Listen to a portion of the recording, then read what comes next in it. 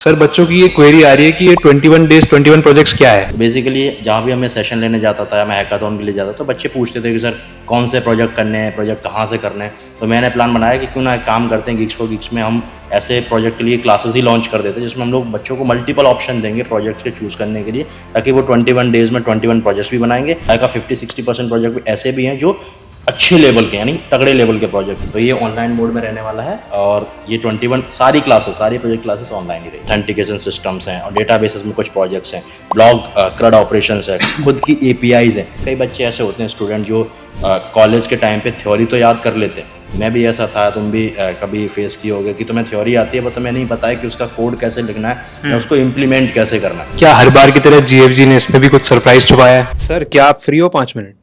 हाँ बता, क्योंकि मैं क्लास के लिए जा रहा हूँ, थोड़ा बताओ जल्दी। तो अच्छा सर, वो बच्चों के ना कुछ डाउट्स थे ऑनलाइन ऑफलाइन, वो सब मेरे को आपसे पूछना था। अगर आप बता सकते हो जल्दी तो बता दो। ठीक है, बैठ जा, चेयर ले ले और बताओ क्या डाउट्स है। सर बच्चों की ये क्वेरी आ रही है कि ये 21 डेज 21 प्रोजेक्ट्स क्या है?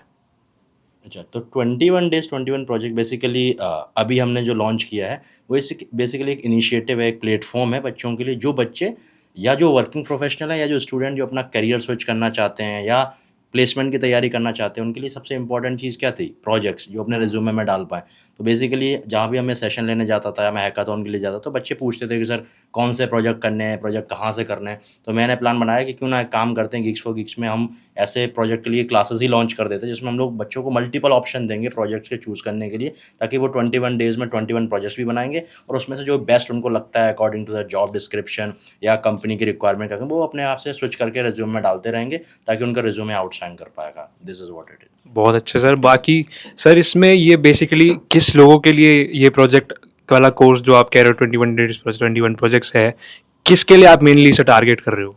बेसिकली टारगेट ऑडियंस की अगर मैं बात करूँ तो ये दोनों के लिए काम करता है। अगर मैं बात करूँ कि ये वर्किंग प्रोफेशनल्स के लिए भी, क्योंकि इसमें ऐसे कुछ प्रोजेक्ट्स ऐसे भी हैं, लाइक 50-60% प्रोजेक्ट भी ऐसे भी हैं जो अच्छे लेवल के यानी तगड़े लेवल के प्रोजेक्ट हैं, जिसमें खूब सारा कॉन्सेप्ट लगेगा, खूब सारा दिमाग लगेगा, तो थोड़ी प्रैक्टिस भी लगेगी। अगर वो बच्चे वो करेंगे तो वो प्रोजेक्ट इतने वर्दी इनफ हैं कि वो आराम से आपको ऑफ कैंपस प्लेसमेंट भी दिला सकते हैं। और वर्किंग प्रोफेशनल जो भी बेंच पे हैं या करियर स्विच करना चाहते हैं, उनके लिए वो 2-3 प्रोजेक्ट इतने इंपॉर्टेंट होंगे ताकि उनका रिज्यूमे भी शॉर्टलिस्ट हो पाएगा। क्योंकि आजकल एटीएस वगैरह चलता है, इसमें अगर आपके अच्छे कीवर्ड्स नहीं हुए, अच्छे प्रोजेक्ट्स नहीं हुए, तो आपका रिज्यूमे ही शॉर्टलिस्ट नहीं होता है, तो प्लेसमेंट का बात तो भूल ही जाओ।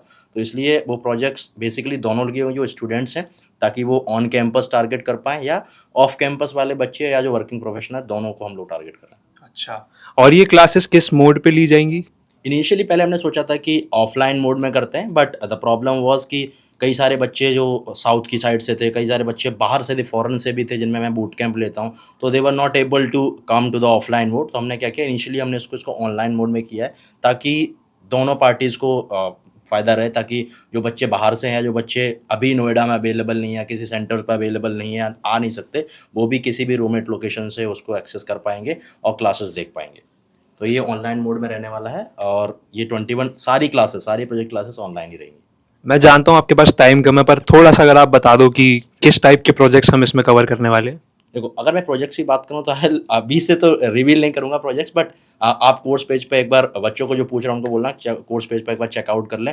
और मैं कुछ प्रोजेक्ट्स की बात करता हूँ, जैसे ऑथेंटिकेशन सिस्टम्स हैं और डेटाबेसेस में कुछ प्रोजेक्ट्स हैं, ब्लॉग क्रड ऑपरेशंस है, खुद की एपीआईज हैं। इस टाइप के प्रोजेक्ट्स हैं जो हम बनाने वाले हैं। इनमें प्रोजेक्ट के नाम से कुछ ज़्यादा फ़र्क नहीं पड़ता, अगर मैं बात करूँ स्पेसिफिकली, बट उनमें जो यूज़ होने वाले कॉन्सेप्ट मैटर करते हैं। क्या हम उतने अच्छे से उन कॉन्सेप्ट को इम्प्लीमेंट कर पाएँ? क्योंकि कई बच्चे ऐसे होते हैं स्टूडेंट जो कॉलेज के टाइम पे थ्योरी तो याद कर लेते हैं। मैं भी ऐसा था, तुम भी कभी फेस किए होगे कि तुम्हें थ्योरी आती है पर तुम्हें नहीं पता है कि उसका कोड कैसे लिखना है या उसको इम्प्लीमेंट कैसे करना है। तो वो चीज़ है कि हम लोग उस प्रोजेक्ट की क्लास में पहले समझेंगे कि एक्चुअली ये चीज़ है क्या, फिर हम देखेंगे कि हम लोग इसको यूज़ क्यों कर रहे हैं, फिर हम देखेंगे कि इसको इम्प्लीमेंट कैसे करना। तो दोज़ आर दो कॉन्सेप्ट। जो कॉन्सेप्ट को बेसिकली मेरा कहना रहता है, हमेशा बच्चों को बोलता हूँ कि project is just a UI to implement features. तो हम लोग बात करेंगे मल्टीपल फीचर्स की, उनको मिला के एक यूआई कैसे बनाना है, एक फंक्शनलिटी कैसे बनानी है, जिसको हम प्रोजेक्ट भी कह सकते हैं, उसको हम टूल भी कह सकते हैं। तो इस टाइप के प्रोजेक्ट्स होंगे फ्रॉम स्टार्टिंग, लेकिन सब कुछ स्टार्ट हो रहा होगा बेसिक से। जैसे कि अगर मैं वेब डेवलपमेंट की बात करूँ तो स्टार्ट होता है HTML से, हम लोग कुछ प्रोजेक्ट 1-2 प्रोजेक्ट करेंगे HTML CSS पे, जिस पे प्रॉपर UI होगा। कुछ प्रोजेक्ट्स हम लोग करेंगे बूटस्ट्रैप पे, फिर हम करेंगे टेलविंड पे। देन हम लोग 5 से 7 प्रोजेक्ट करेंगे प्योर जावास्क्रिप्ट पे, जो कि बहुत इंपॉर्टेंट है जावास्क्रिप्ट वेब डेवलपमेंट के लिए। फिर हम मूव करेंगे रिएक्ट JS पे, जिसमें 5 से 6 प्रोजेक्ट रिएक्ट JS पे होंगे। फिर बचे हुए प्रोजेक्ट्स होंगे proper backend plus front end, total full stack project. और सर लास्ट क्वेश्चन मेरा था, क्या हर बार की तरह GFG ने इसमें भी कुछ सरप्राइज छुपाया है? सरप्राइज का तो ये मेरे लिए भी सरप्राइज था। I didn't thought of that particular thing, but जैसा कि हम लोग हमेशा करते हैं, तो we didn't disappoint student that time also. तो हम लोगों ने सोचा है कि अगर बच्चे, क्योंकि it's a long journey 21 projects की, इसमें जैसे कि मैं हमेशा कहता हूँ CCC का रिक्वायरमेंट होता है। CCC जैसे ईमेल में हमारा CC चलता है, CC, ऐसा हमारा कोडिंग में या हमारे वेब डेवलपमेंट में CCC चलता है। पहला कंसिस्टेंसी, क्रेडिबिलिटी एंड तीसरा क्यूरोसिटी। तो मैं चाहता हूँ कि देखो, अगर तुम कंसिस्टेंट रहते हो, क्योंकि कुछ बच्चे ऐसे होंगे जो चाहते होंगे सीरियसली कि हम कंसिस्टेंट रहना चाहते हैं सर, हम बनाना चाहते हैं, हमें जॉब चाहिए, राइट। तो उनके लिए, और बाकी के बच्चे दे आर जस्ट फॉर कि भाई 2 प्रोजेक्ट बना लिए, 4 बना लिए, तो दे आर नॉट कंसिस्टेंट, कर रहे हैं बट कंसिस्टेंट नहीं है।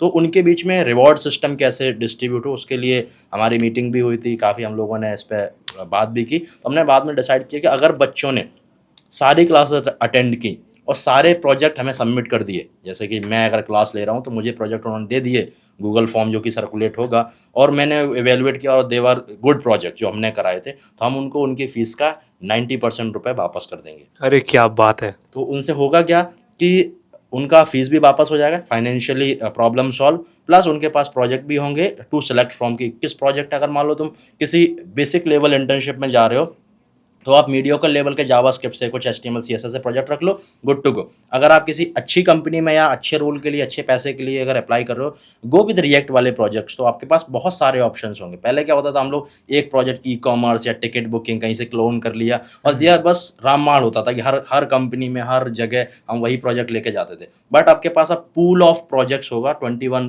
प्रोजेक्ट्स के बीच में आप जिस सिचुएशन में, जिस कंपनी में, जिस रोल पे जैसे करना चाहते हैं, उसमें आप वेरी करते रहिए, ताकि आपका रिज्यूमे वर्दी प्रोजेक्ट्स भी होंगे, रिज्यूमे आपका ATS स्कोर भी अच्छा होगा।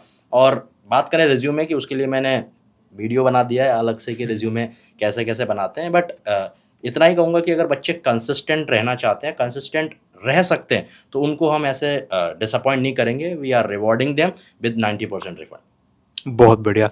चलिए सर, यही मेरे डाउट्स थे, यही बच्चों के डाउट्स थे। ओके, तो अगर कोई और पूछ रहा है कि अगर और कोई डाउट्स हैं, तो मैं उनसे बोलो कमेंट सेक्शन में, जो वीडियो अगर वीडियो जाएगा ये, तो वीडियो कमेंट सेक्शन में डाल सकते हैं, और they can obviously go for courses@geeks4geeks.org, और कोर्स पेज पे जाके वो चेकआउट भी कर सकते हैं बाकी के कोर्सेज। ठीक है, ठीक है, थैंक यू। अब मैं जा रहा हूँ क्लास लेने। मिलते हैं। Thank you.